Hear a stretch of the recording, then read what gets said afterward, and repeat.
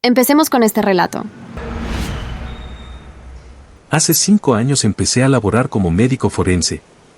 Mi primer trabajo fue en una pequeña ciudad. Soy el Dr. Gutiérrez y esta es la historia que cambió mi forma de ver la vida. Asumí la responsabilidad que mi predecesor, el venerable Dr. Nguyen, me había confiado. Su mirada, cargada de un conocimiento inmenso, había visto en mí a un digno sucesor, pese a mi juventud y escepticismo.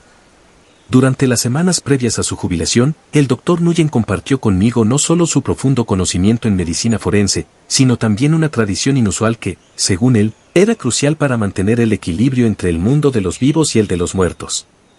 Este peculiar ritual consistía en colocar una gota de sangre del difunto en la boca antes de iniciar cada autopsia, o en su lugar una pequeña cantidad de suero o por último una pequeñísima porción de coágulo. El Dr. Nguyen afirmaba que este acto evitaba consecuencias desastrosas, algo que él consideraba de vital importancia. Aunque internamente albergaba serias dudas sobre la eficacia y la racionalidad de este ritual, el respeto que sentía por él y la seriedad con la que abordaba este tema me impulsaron a prometer que cumpliría con sus instrucciones, honrando así su legado y sabiduría. Sin embargo, a medida que me asentaba en la realidad de mi nuevo cargo, encontrándome solo en el vasto y frío entorno de la morgue, los pilares de mi formación científica comenzaron a pesar más que las tradiciones heredadas y las supersticiones que parecían formar parte intrínseca del oficio que ahora ocupaba. A pesar de las advertencias de mi predecesor y la solemnidad con la que me había transmitido el rito, mi escepticismo hacia lo que consideraba meras reliquias de una era menos informada prevaleció.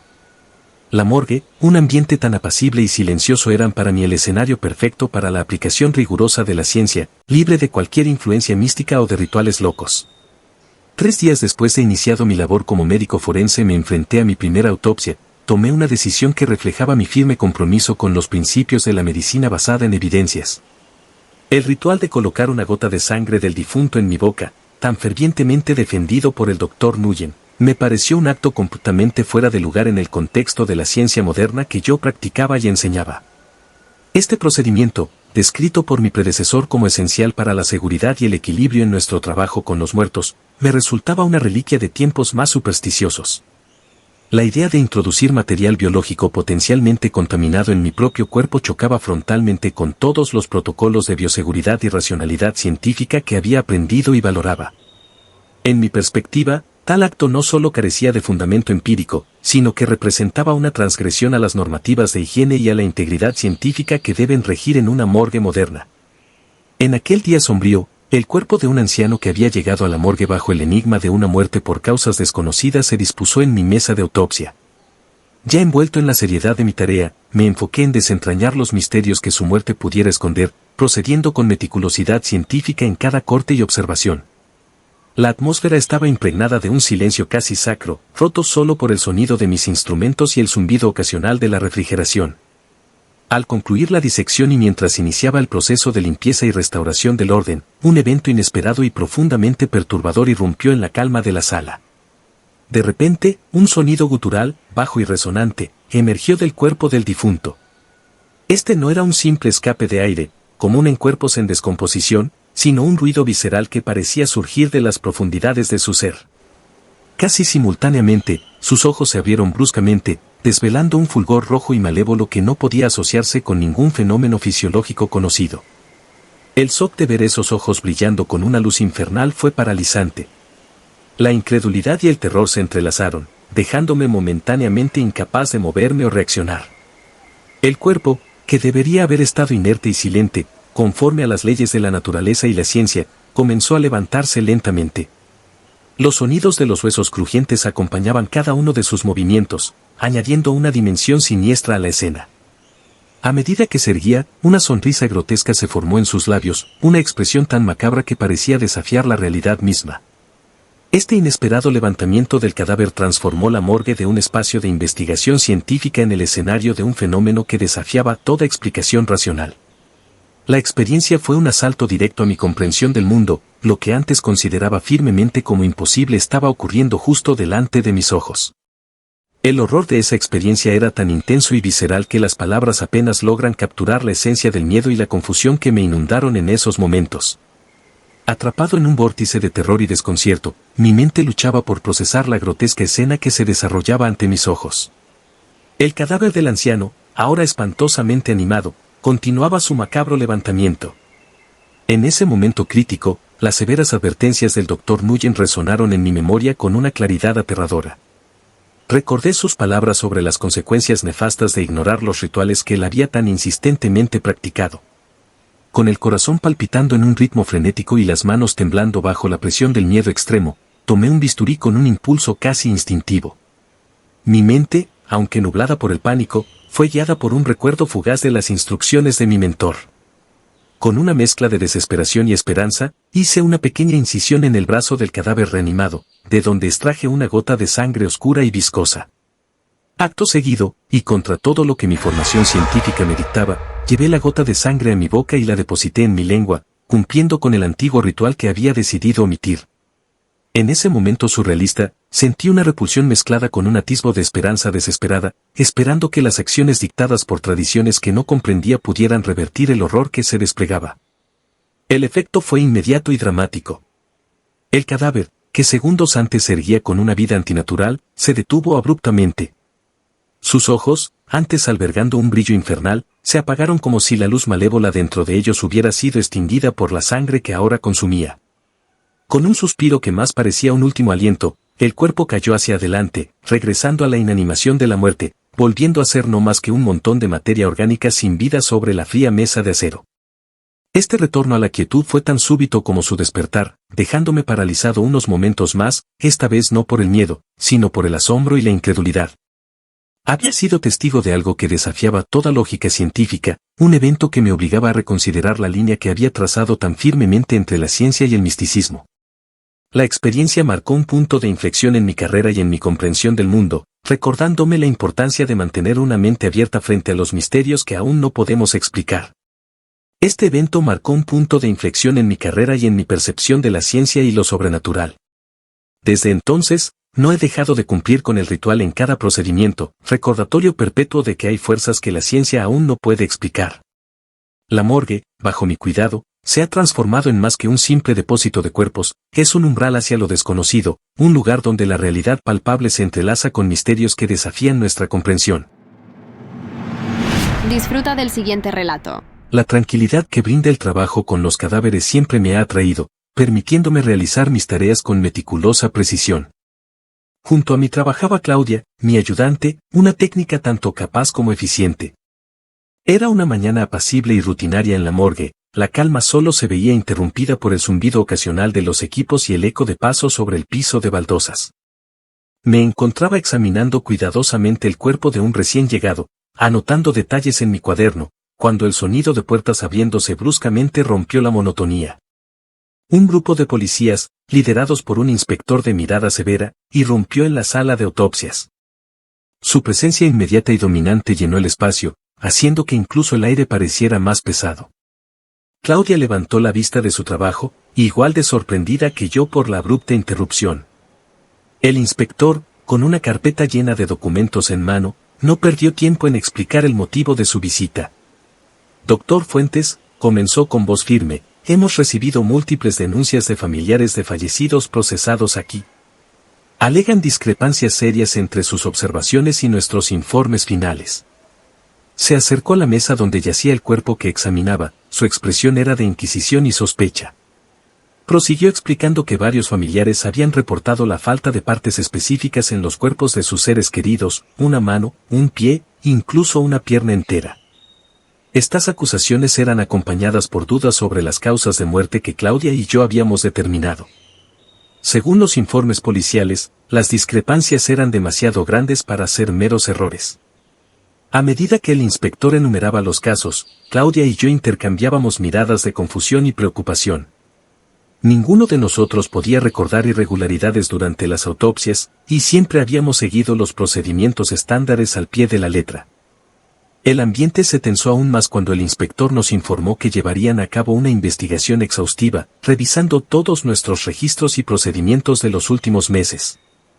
Esperamos su completa cooperación, doctor Fuentes. Necesitamos esclarecer estas denuncias lo antes posible, concluyó con un tono que no admitía réplica. Después de su salida, el silencio que siguió fue ensordecedor. Claudia y yo nos quedamos mirando los informes y registros esparcidos sobre la mesa, preguntándonos cómo habían surgido tales acusaciones y qué había pasado realmente con esos cuerpos que ahora, según las denuncias, faltaban partes vitales. La incertidumbre y la duda comenzaron a invadir mi mente, marcando el inicio de un periodo turbulento en nuestra tranquila morgue. Claudia y yo nos defendimos con firmeza, asegurando que tales actos jamás habían sido cometidos por nosotros. A raíz de las acusaciones, extremamos precauciones, supervisando con mayor detalle la entrega de los cuerpos a las funerarias, pero sin lograr descifrar el misterio detrás de los extraños incidentes. La situación se agravó cuando la investigación se centró en mí, conduciéndome a un estado de desesperación y preocupación. Un día, mientras me encontraba en casa, recibí la visita de la policía con noticias de nuevas denuncias. Confundido y angustiado, decidí tomar cartas en el asunto. Después de la visita inesperada y las alarmantes acusaciones por parte de la policía, me encontré sumido en una mezcla de ansiedad y determinación. Era imperativo encontrar una explicación a los sucesos inquietantes que se reportaban en la morgue. Decidí que la única forma de descubrir la verdad sería observar lo que ocurría cuando las luces se apagaban y los pasillos quedaban en silencio. Una tarde, tras asegurarme de que ni Claudia ni ningún otro empleado estuviera cerca, comencé a instalar cámaras de seguridad ocultas en varios puntos estratégicos dentro de la morgue. Coloqué una en el techo, justo sobre la entrada principal, otra dentro de la sala de autopsias y una más apuntando hacia las cámaras frigoríficas donde reposaban los cuerpos. Estas cámaras eran pequeñas, diseñadas para no llamar la atención y pasar desapercibidas entre los numerosos monitores y equipos médicos. Cada noche, antes de dejar el trabajo, me aseguraba de que las cámaras estuvieran operativas y configuradas para grabar cualquier movimiento detectado después del cierre. Luego, en la tranquilidad de mi hogar, monitoreaba las grabaciones en mi computadora, esperando captar algún indicio que me ayudara a entender las misteriosas desapariciones. Pasó una semana sin incidentes ni anomalías en las grabaciones, lo que solo servía para aumentar mi frustración y confusión. Sin embargo, una noche, mientras revisaba las imágenes capturadas, noté algo que aceleró mi pulso y heló mi sangre. Era cerca de la medianoche cuando la señora encargada de la limpieza, una mujer que siempre había sido discreta y eficiente en su trabajo, apareció en pantalla. No estaba sola. La acompañaba un hombre de aspecto mayor, con el cabello canoso y una postura encorvada. Observé, incrédulo, cómo ambos se dirigían directamente a las cámaras de refrigeración. La señora de la limpieza miró a ambos lados, como asegurándose de que nadie los observara, antes de abrir una de las cámaras frigoríficas. El hombre, con una agilidad sorprendente para su edad, se acercó al cuerpo que yacía dentro. Lo que sucedió a continuación fue algo que nunca hubiera imaginado en mis peores pesadillas. El hombre comenzó a devorar partes del cadáver con una voracidad desgarradora. Arrancaba la carne con sus dientes, claramente visibles y anormalmente afilados para un ser humano. La escena era grotesca y desoladora, y me dejó paralizado de horror. La señora de la limpieza simplemente observaba, asegurándose de que su acompañante no fuera interrumpido. Mi mente luchaba por procesar lo que mis ojos veían. ¿Qué clase de criatura era ese hombre? ¿Cómo era posible que algo así estuviera sucediendo bajo mi vigilancia, en el lugar donde había dedicado tantos años a la ciencia y la medicina? Apagué la computadora, incapaz de soportar más esa visión macabra. Sabía que debía actuar, pero el miedo y el shock me envolvían con una intensidad abrumadora. Aquella noche no dormí, atormentado por la realidad de que lo sobrenatural había invadido mi lugar de trabajo. El impacto de lo que había descubierto me dejó temblando, sumergido en un mar de miedo y desconcierto. A pesar de mi estado de ánimo, decidí volver al trabajo al día siguiente, intentando aparentar normalidad mientras mi mente bullía con las imágenes que las cámaras habían captado. Cada sombra me hacía saltar, cada ruido me hacía girar. Sabía que debía mantenerme alerta, pero no estaba preparado para el encuentro que tendría lugar. Era cerca del mediodía cuando la señorita de la limpieza se acercó a mi oficina. Su comportamiento siempre había sido reservado y profesional, pero ese día había un brillo inquietante en sus ojos que nunca antes había notado. Se paró frente a mi escritorio, cerrando la puerta con suavidad detrás de ella. La normalidad de su rutina se rompió cuando dijo con una voz baja pero firme: «Doctor Fuentes, yo sé que usted ya nos vio. Me di cuenta de las cámaras ocultas». Su confesión me golpeó como una ola fría. Intenté mantener la calma, pero mi voz temblaba cuando le pregunté qué quería decir. Sin titubear, continuó, seré breve, el hombre con el que entré anoche es mi padre. Necesita alimentarse de esa forma para no hacerlo de seres vivos, creo que me dejo entender, no necesito ser más explícita. Yo soy igual. Su revelación cayó sobre mí con el peso del mundo, haciendo que mi corazón latiera con fuerza en mi pecho. La tensión en la habitación se intensificó cuando ella se acercó un paso más. Así que mi seguridad y la de usted dependen de que este secreto se mantenga, advirtió. Luego, hizo algo que confirmó mis peores temores, sonrió brevemente, mostrando unos colmillos afilados y brillantes que se asomaban bajo sus labios. Era una amenaza velada, un recordatorio visual de su naturaleza no humana. Antes de que pudiera reaccionar o decir algo más, se dirigió a la puerta.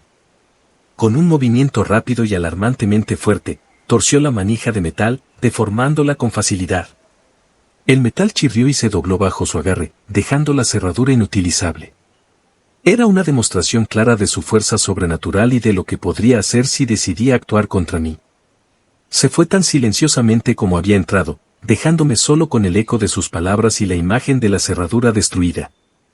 El miedo que había sentido antes se convirtió en terror puro. Sabía que no solo mi carrera, sino mi vida y posiblemente las de otros estaban en juego si este secreto salía a la luz.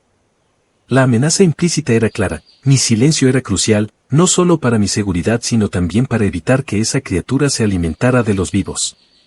Sobrecogido por el terror, renuncié a mi puesto y me alejé de ese tenebroso lugar, buscando salvaguardar mi vida. Aunque hoy estoy a salvo y puedo relatar mi historia, la sombra de aquel horror me persigue constantemente, temiendo que esos seres sobrenaturales algún día busquen venganza por mi silencio.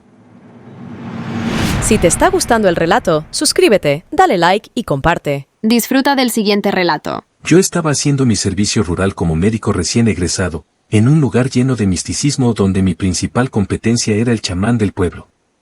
Una madrugada, la fiscal del distrito y un policía llegaron a mi puerta para informarme sobre la muerte de Teóforo, el chamán. Había fallecido de un golpe en la cabeza y, aunque no soy médico forense, mi deber era realizar la autopsia por orden de la fiscalía. Con la orden de la fiscalía en mano y la urgencia del momento, me encontré en una situación para la cual no me sentía completamente preparado. La necesidad de realizar una autopsia precisa bajo circunstancias tan inusuales me llevó a buscar recursos de última hora. Opté por YouTube, donde encontré varios tutoriales que detallaban el proceso de autopsia paso a paso. Aunque no era lo ideal, estos videos proporcionaban una guía visual crucial para asegurarme de llevar a cabo el procedimiento de la manera más meticulosa posible. La sala de autopsias, un espacio que había sido habilitado rápidamente dado el contexto, tenía su propio pasado sombrío.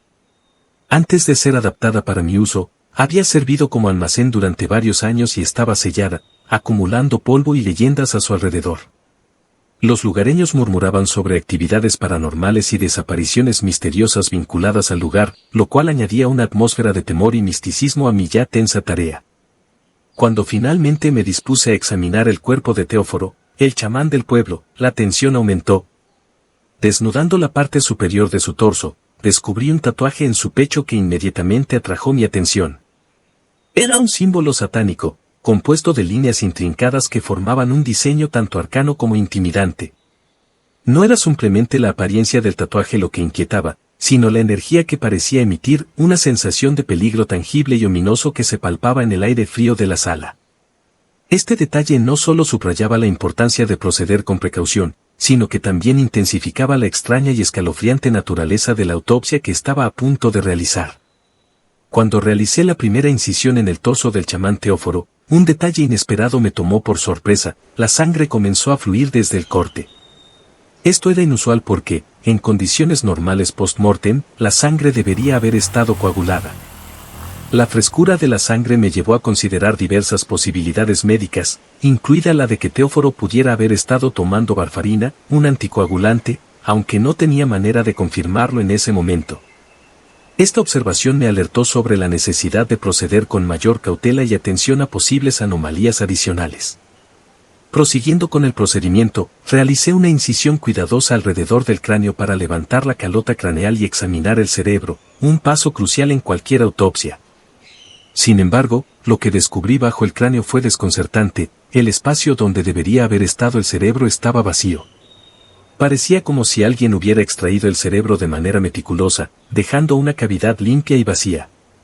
Esta técnica me recordó los métodos de momificación egipcia, donde el cerebro era extraído a menudo a través de la nariz. Este proceso implicaba romper la lámina cribosa, un delgado hueso etmoidal situado en la fosa nasal, para acceder y retirar el cerebro con ganchos u otros instrumentos.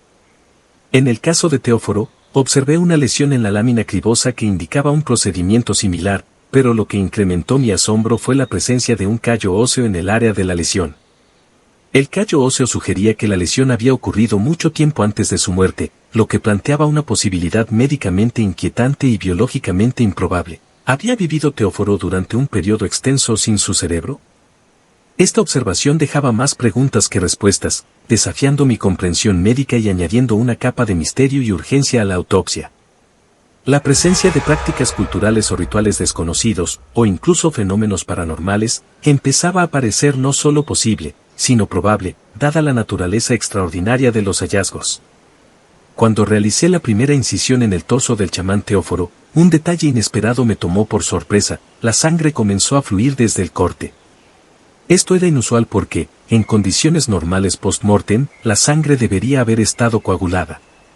La frescura de la sangre me llevó a considerar diversas posibilidades médicas, incluida la de que Teóforo pudiera haber estado tomando varfarina, un anticoagulante, aunque no tenía manera de confirmarlo en ese momento. Esta observación me alertó sobre la necesidad de proceder con mayor cautela y atención a posibles anomalías adicionales. Prosiguiendo con el procedimiento, realicé una incisión cuidadosa alrededor del cráneo para levantar la calota craneal y examinar el cerebro, un paso crucial en cualquier autopsia. Sin embargo, lo que descubrí bajo el cráneo fue desconcertante: el espacio donde debería haber estado el cerebro estaba vacío. Parecía como si alguien hubiera extraído el cerebro de manera meticulosa, dejando una cavidad limpia y vacía. Esta técnica me recordó los métodos de momificación egipcia, donde el cerebro era extraído a menudo a través de la nariz. Este proceso implicaba romper la lámina cribosa, un delgado hueso etmoidal situado en la fosa nasal, para acceder y retirar el cerebro con ganchos u otros instrumentos. En el caso de Teóforo, observé una lesión en la lámina cribosa que indicaba un procedimiento similar, pero lo que incrementó mi asombro fue la presencia de un callo óseo en el área de la lesión. El callo óseo sugería que la lesión había ocurrido mucho tiempo antes de su muerte, lo que planteaba una posibilidad médicamente inquietante y biológicamente improbable. ¿Había vivido Teóforo durante un periodo extendido sin su cerebro? Esta observación dejaba más preguntas que respuestas, desafiando mi comprensión médica y añadiendo una capa de misterio y urgencia a la autopsia. La presencia de prácticas culturales o rituales desconocidos, o incluso fenómenos paranormales, empezaba a parecer no solo posible, sino probable, dada la naturaleza extraordinaria de los hallazgos. Después del inquietante encuentro en la sala de autopsias, necesitaba compartir mi experiencia con alguien que pudiera ofrecerme otra perspectiva, algo de consuelo o explicación. Así que llamé a mi primo, quien tiene un interés profundo en lo sobrenatural y a menudo lee sobre estos temas. Le describí con detalle lo ocurrido, desde el extraño tatuaje en el pecho del chamán hasta el sorprendente momento en que el cadáver se levantó y se acercó a mí, y cómo la situación había cesado al usar el llavero en forma de cruz que mi esposa me había dado. Mi primo escuchó atentamente y después de un breve silencio, sugirió que lo que había experimentado podría haber sido una posesión demoníaca. Aunque era difícil de aceptar, la teoría tenía sentido dadas las circunstancias extremadamente anormales. Me aseguró que había tenido suerte de sobrevivir, indicando que el uso del amuleto en forma de cruz probablemente me había salvado literalmente en el último momento. También me recomendó encarecidamente que buscara la guía de un sacerdote, dado el posible peligro espiritual que aún podría estar presente. Tomando en serio su consejo, decidí visitar a un sacerdote local conocido por su sabiduría en asuntos espirituales y su comprensión de los fenómenos paranormales. Le conté todo lo ocurrido, desde la autopsia hasta los eventos sobrenaturales. El sacerdote me escuchó con una mezcla de preocupación y comprensión, afirmando que había estado en verdadero peligro. Subrayó la seriedad de los eventos y la presencia del mal que pudo haber sido atraído o despertado durante la autopsia. Para aumentar mi protección, el sacerdote me ofreció un nuevo amuleto, también en forma de cruz. Esta nueva cruz era más robusta y estaba consagrada específicamente para ofrecer protección contra el mal.